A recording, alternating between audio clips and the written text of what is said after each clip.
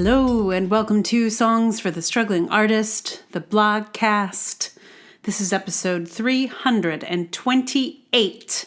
My name is Emily Rainbow Davis. Thank you for listening to the blogcast.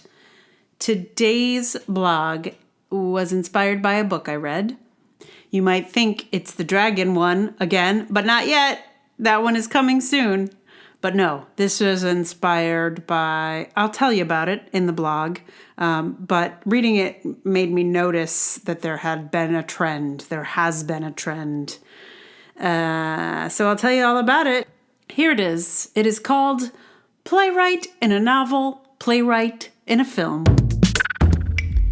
This book I'm reading is not the first book to do this, but it is the latest, and it is enough of a trend that when it happened in this book, I may have said, out loud, "Oh no, not this again." It's this thing where novelists and screenwriters put a playwright in their piece. In these works, the playwright always becomes super successful and gets famous and rich, and, I have to assume, receives all the accolades the writer dreams of, but in theater form. My sense is that they do this because they don't want to write about a writer too close to themselves. If they're a novelist, the protagonist can't be a novelist. That's too close. And a playwright, they imagine, is like a novelist, but much more social and glamorous. A screenwriter imagines that a playwright is like a screenwriter, but artier and nobler. I've read and seen a lot of works with playwrights in them, and the plays are always a triumph within the narrative. They always end up with a hit. They are always on Broadway or the West End or featured at the National Theatre in London. It is tremendously easy to become a hot, famous playwright in a novel or a movie. It seems to be a particularly sexy fantasy for other writers. But I know a lot of playwrights. I even know a lot of very successful playwrights, and I'm quite certain that while their lives are full and interesting, they are never nearly as glamorous as these other forms make them sound. Their paths to success are never simple. There is no overnight success for a playwright. It just doesn't work like that. And there's something so wild about the fantasy that it does. It doesn't work like that for other writers either, I'd imagine. You don't just meet the right person at a party and instantly end up on the New York Times bestseller list. You don't write your first film in a drunken stupor that weeks later is featured on screens across America. But this story is so common now, this one of a playwright catapulted to success, that it has started to feel like a trope. The trope within this trope that I often see recurring is the playwright revealing important things about himself and his personality through his work. We see scenes in his life repeated on stage, sometimes word for word. I'm saying he and his because it is almost always a male playwright who was the subject of this work. The novel or film includes whole swaths of the playwright's plays so we can learn more about him. Or maybe so we can understand the Freudian echoes or Jungian archetypes operating beneath. Those plays almost always suck, and they are almost always enormous hits in the story. Do bad plays become hits in real life? Yes, all the time. I'd even say most of the time when I'm feeling cynical. But these plays are not supposed to be bad in the book or movie. They're supposed to be genius. And aside from being bad, they just don't function well as plays. Like, they're not theatrical or dramatic. Maybe every writer thinks they can write a play? I don't know. But nothing makes me want to throw a book across the room like a novelist's epic, brilliant play in the middle of a story. The book that made me think about this is Lauren Groff's Fates and Furies. It is beautifully written and artfully constructed, except for the theater stuff. It's an interesting mix, though, because some of it is spot on, theatrically speaking. She has the atmosphere of the field and the vibes of the location down. She has spent some time in theaters. She probably has some actor friends. But there are these moments when the story moves so dramatically away from the possible.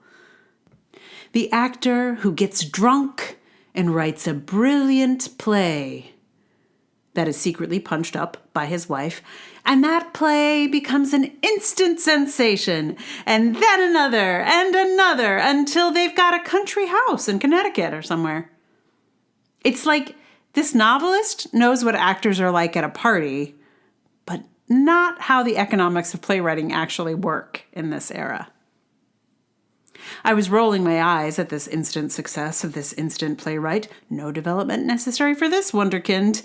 And then, slight spoiler, in the second half of the book, we learn that the instant hit was manipulated into position by the wife.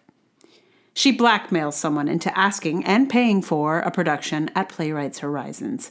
And when no one comes to that production that she bribed into existence, she calls all their friends. But even this is improbable. Are theaters impervious to being bought? Nope. If someone offered them enough money, I have little doubt that arrangements could be made. But how would a criminal from Philadelphia know which theater to put pressure on? How would he know who to throw his cash at? I feel like you'd at least need to know a tiny bit about the theater business before you bought your way into it. Also, I've tried to get all my friends to come out for things in New York City, and that his wife could fill up an off-Broadway house on such short notice with their friends feels like some magical thinking. I think the author thinks this means the wife character cheated her way into helping her husband succeed. But having the skill to browbeat all your friends to come out for a show one night is probably actually what one needs to succeed. If you can get a couple hundred friends to come out and support you, you're probably 75% there as far as the theater career is concerned. So this little revelation certainly helps mediate the question raised by the sudden random success of the playwright earlier in the book. But it doesn't explain how this sudden success turned into a celebrity-style career. Even the most famous contemporary playwrights still struggle to have their work produced, and very few of them are treated the way the one in this book is. I can't think of one. Not a living one, anyway. I am starting to find this trope very transparent. Every time I encounter a playwright in a work in another genre, I feel like I understand how they ended up there and why the author chose that particular profession for their protagonist. Maybe I'm hoping that the next person who wants to write a playwright will consider what tropes they're falling into and either learn a lot more about the theater world or choose a different profession for their protagonist. I do not blame this author, Lauren Groff, at all. The transposition of one kind of writer to another is very logical, but it raised a lot of questions for me. Is this book the story of this author's life? I would never assume so, but then the way she writes the playwright's life is such a direct reflection of his life makes me think it must be. I actually think playwrights are less inclined than other writers to write autobiographically, but you'd never know it from the way they're depicted in fiction. It's like, it must be so nice to be a fictional playwright in a novel or a film. You never have to struggle with producers over your rights. You never have to talk to a theater's administrators about where they're going to get the incentive money to put up your play. You never have to fight with directors over the way the show is going. You never have to cry in the green room about how the actors fundamentally misunderstood those lines. You just go to fancy parties, have fun artistic friends, and drink nothing but champagne after shows. It's a dream. Who wouldn't want to be a playwright? I realized later that one of the examples I was thinking of is not actually a writer, but is a theater director. But it feels like it just falls into the same kind of idea. That movie is Synecdoche, New York, where Philip Seymour Hoffman plays a theater director because there's this wretchedly bad Death of a Salesman that is meant to be brilliant, but maybe it isn't, so maybe it's funny. At least with that movie, it's like a little bit absurd, but there were definitely times in it where I was like, do you know anything about the theater, Mr. Kaufman? Anyway, it happens. Keep your eyes open. That's all I got to say. So, what song is going to go here? Well, I listen to a lot of songs about glamour, and I've already done Glamorous Life, so that was out. But I was reacquainted with a song that I listened to a fair amount when it came out, which is Living Colour's Glamour Boys. And I ended up working on that one because it was the song that was sort of the most familiar to me. So I'm going to play that for you in just a moment. Meanwhile, thank you very much for listening. If you like the podcast, please tell someone about it. Like, review, subscribe, shout it over your rooftop. I feel like that probably would not be effective podcast marketing. You might really waste a lot of energy, but I would like to see a video of that. So, all options on the table. If you'd like to support the podcast, please join my Patreon, patreon.com/Emily R. Davis. There's also Ko-fi, there's PayPal. All those links are in the show notes. And always, always much appreciated. And I also appreciate you for listening. So thank you for doing that. So, momentarily, I will give you Glamour Boys on ukulele, because the thing about Living Colour is they are like a band, and the music is really like full, right? Like it's like a really cool bass line, and the guitars are like, it's like hard rock. Do we call it that anymore? I don't know, but it's not replicatable under my particular skill set and instrumentation and such. Like, I'd need a drum kit, I think, and I'd also need to learn to play the drums, which, might take a while. So I just went ahead and did it on ukulele because it sort of is like the opposite way to approach this song. And that, I believe, is all. Yeah, so enjoy Glamour Boys on ukulele.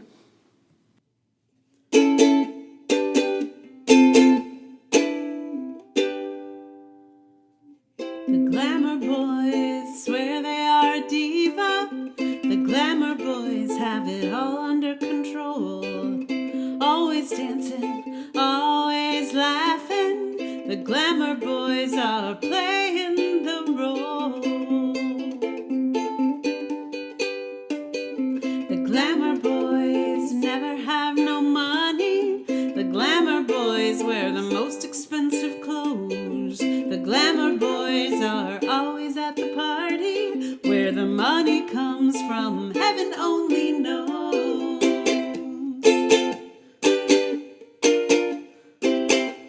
I know Glamour Boy, I'm fierce. I know Glamour Boy. I know Glamour Boy, I'm fierce. I know Glamour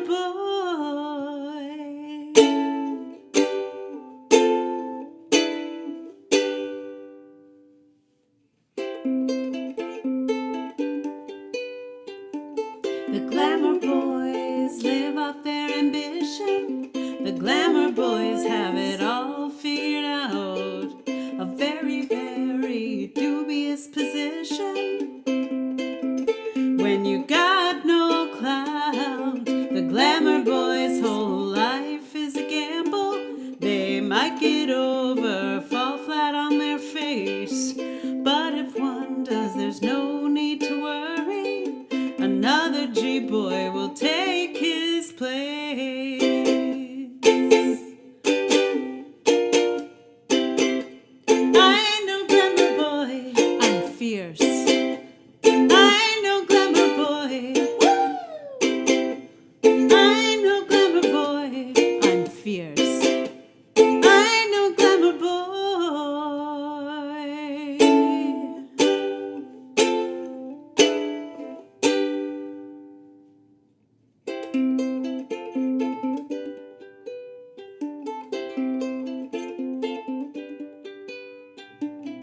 glamour boys don't think about tomorrow. The glamour boys just need tonight to play.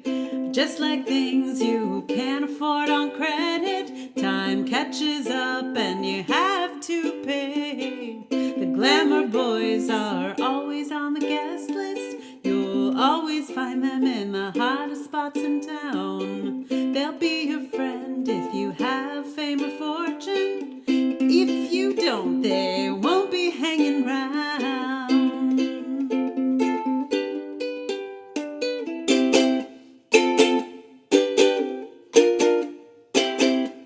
I know glamour boy, I'm fierce. I know glamour boy, woo! I know glamour boy, I'm fierce. I know glamour boy.